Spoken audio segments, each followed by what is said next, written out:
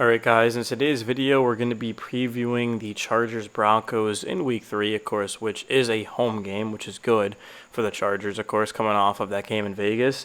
Now, I have watched both Bronco games this season. I think they do a lot of things well. I think they do a lot of things poorly. The Chargers are kind of the same way. They're 2-0. I think they're without question a top 5 team in football right now, but the Chargers have struggled to run the football. I think they're going to struggle to get after Bo Nix without blitzing. They struggled rushing forward without Khalil Mack after the halfway through the first quarter when he got injured. So they're going to have to work around that. Now, the good thing for the Chargers is they've got Jesse Minter, one of the best young minds in football defensively. He'll probably be a head coach next season as long as he likes the opportunity. I think he'll have no issue getting to Nix. It's just not going to be rushing four. And the thing about Denver is they don't have the most weapons. We saw last season for the Chargers, their weapons kind of were underdeveloped, and they had to bring in Trey Harris, and they had to bring in Kendrick Lamar-Smith and Tyler Conklin. And I get Quentin Johnston's taken a leap, but there wasn't any weapons last season. The Chargers struggled.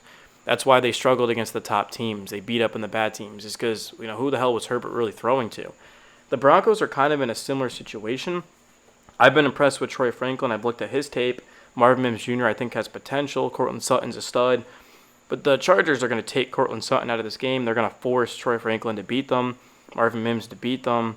Evan Ingram had just a catch. He's questionable. That's kind of the problem with Ingram is he hasn't stayed healthy, and he's just sort of fallen off of a cliff since his early days with the New York Giants. This is a good matchup defensively for the Chargers. Denver can't run the ball. J.K. Dobbins is probably going to see 15, 16 carries. Maybe we'll get 70 yards. R.J. Harvey has not looked good, which is disappointing. I really liked him at UCF, but he has not looked good. And this is a Denver front that is super, super good. But it doesn't really matter how good the line is if guys can't get open, if you can't run the ball, especially behind an elite O-line. Like if you can't run behind that, you can't. No, you're not running, ever. So defensively, I expect the Chargers to drop a bunch of guys into coverage, make Bo Nix sort of be patient and find openings, but I also expect them to mix in some blitzes, so Nix isn't really going to be able to read the coverage. Minter is going to switch up coverages, and Nix struggled in Week 1 against the Tennessee Titans, and the Titans don't even have a good pass rush. The Chargers, with Khalil Mack, it's pretty good, but without him, so you don't even. That's my point. Is you don't really need a good pass rush to be able to get to Bo Nix, because that's exactly what the Titans did. So that's a good formula. I bet Minter watched a ton of film from that game, and he's going to sort of kind of copy what the Titans did to be able to get to Nix. Had probably one of the worst games of his career. And then in terms of the other side of the ball, offensively for the Chargers, this is a big test. We talk about Kansas City. Kansas City couldn't get after Herbert. I thought the Chargers struggled to run the ball against the Chiefs. They did. There's no question. We'll see what the Chargers are able to do against a Broncos front that is probably the best in football at applying pressure. They blitzed over 60% of the time in Week 2 against Daniel Jones. In Week 1, the Broncos, they went up against the Titans. They were first in terms of pressure rate. 55 at the top of my head percent of Cam Ward's dropbacks were pressured. So Herbert's going to be tested. If the Chargers move the ball well on the Broncos, I'm going to feel very, very confident about them moving forward. But if they struggle, I'm going to feel very, very concerned. Raiders defense, I thought it played well. The Chiefs defense, the secondary for them was horrible. They did stop the run, but they gave up big explosive plays. Herbert was not under pressure. Herbert will be under pressure a ton against the Broncos, and that's why it's critical to see how this line plays. I think the reason why the Chargers haven't run the ball well is because they don't trust their interior. If you can't run the ball, the first thing you look at is the interior offensive line. Because it doesn't matter how bad of a running back you are. If you're well blocked, you're going to pick up numbers. J.K. Dobbins, I think, had 75, 76 rushing yards last week. J.K. Dobbins played for us last season, and he's solid.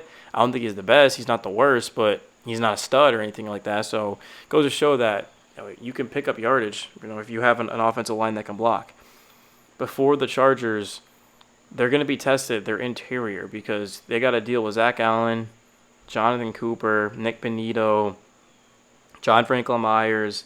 The list goes on and on and on. There's a ton of guys up front. DJ Jones that can get to the quarterback, that can stuff running lanes. If the Chargers are forced to be one-dimensional and throw the ball down the field like they were against the Chiefs, I don't know if they're going to be able to win this game. But if they can run the ball at least, even if it's just 4.5 yards per carry. I think that'd be plenty, and then be able to establish that play action. I love when the Chargers go to two tight end sets. They've got extra blockers, and then they run play action off of it to whether it be like Tyler Conklin or to Will Disley or hell, maybe even to Mari Hampton, Najee Harris. So I'd love to see the Chargers have these big, heavy set formations and then throw the ball off of it. Because once they get down to the goal line, they're going to be tough to predict. It looks like an obvious run, and then all of a sudden it's a bootleg, right? A naked to the right or the left side. See, the Chargers, they have so much potential offensively. It's just going to come down to the blocking.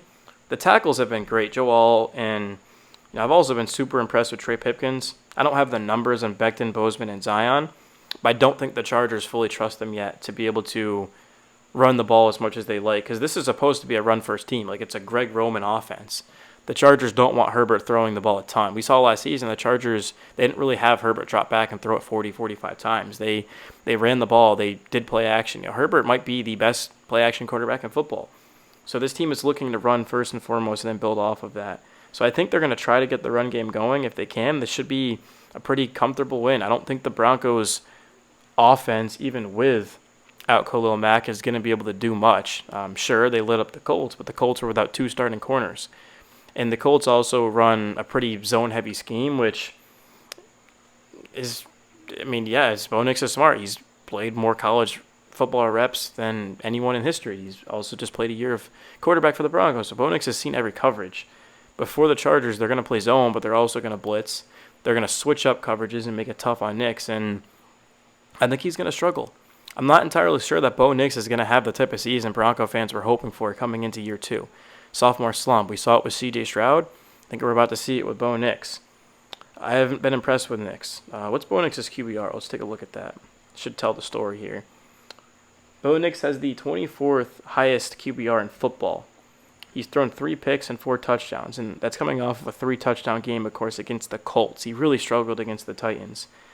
Another thing to keep in mind here is you want to make sure that you don't break contain. You don't want Nix to get outside of the pocket, because that's when he's dangerous. He can pick up first downs with his legs, or you give Troy Franklin, Marvin Mims, and Cortland Sutton time to be able to get open down the field. That's a big no-no for the Chargers. They cannot have Nix extending plays and pushing the ball down the field. They're going to have to rush 4, make it as difficult as possible, drop guys into coverage. And see, the beautiful thing about the Chargers secondary is this is why they carried all these DBs. You've got Kim Hart, Tarheeb Still, Alohi Gilman, Derwin, Dante. Even beyond that, Tony Jefferson, Onk. Like, all these guys are going to drop back into coverage, and they're going to deflect a ton of passes. They're going to read the zone, and they're going to make plays. And Daiyan Henley, you got to give him credit as well. He certainly can drop back, as we saw. Came away with an interception. This is a secondary that it doesn't have the biggest names in the world. Obviously, Derwin's as massive as it gets. But outside of that, there aren't really big names. Like Cam Hart and Tarheeb Still were day 3 rookies last season. Elijah Molden was picked up like a week before last season. Tony Jefferson's a veteran. Alohi Gilman I like Alohi Gilman a lot, but he's not really like known. Casual football fans don't know who that is. But these guys are so tenacious. They get after the football. They have a nose for it. And I think this is a tough matchup for Bo Nix. The Colts is a perfect matchup because the Colts don't have a good pass rush. Latu is a stud, but outside of that, there's nothing. They were without 2 starting corners, so of course Bo Nix looked good, but he still threw a pick when it mattered the most. That's not the case for the Chargers. The Chargers are a secondary that, again, they just fly around the football, and they don't have Khalil Mack, but they'll find ways to be able to get to Nix. It's Jesse Minter. If the Chargers had Brandon Staley still, I'd be like, oh man, this is trouble. But they don't. They've got, like I said, an amazing defensive mind that knows what he's doing. He knows how to mix up coverages. Geno Smith is a veteran. He threw 3 interceptions. Like, I can only imagine what Bo Nix is going to do. Now, sure, Bo Nix has Sean Payton, which helps, but there's only so much Sean Payton can do. He's not on the field playing quarterback. I like the Chargers. Do I have a prediction? I'll probably say 24-17. That's kind of basic, but that's probably what it's going to be. When I predicted the Broncos-Colts game, I had it wrong. I said Daniel Jones would throw a late interception, and the Broncos would make him pay. It actually ended up being Bo Nix with a late pick, and the Colts made him pay. So, that's how kind of close I was. So, I'm going to go 24-17. I think the Chargers will put the Broncos away late in this game, maybe like 3-4 minutes. it's going to be I don't know. It's probably gonna be tied if I'm being honest, but I don't know. Yeah, I'll say that because the Broncos, if they lose, they're 1-2. If the Broncos win, they're in first place, so I think they'll come ready to play. I don't think they have enough to beat the Chargers, but I do think it's going to be competitive. I think that the Broncos defense is going to play very well in this game, but I still think Herbert finds a way, probably hits Quentin Johnson on like a 25-yard touchdown pass.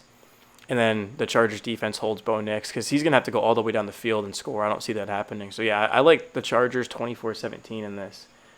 I also wouldn't be shocked, though, if the Chargers win this by 17 points. So, but, yeah, I'm out, guys. Boy, Thunder Alley.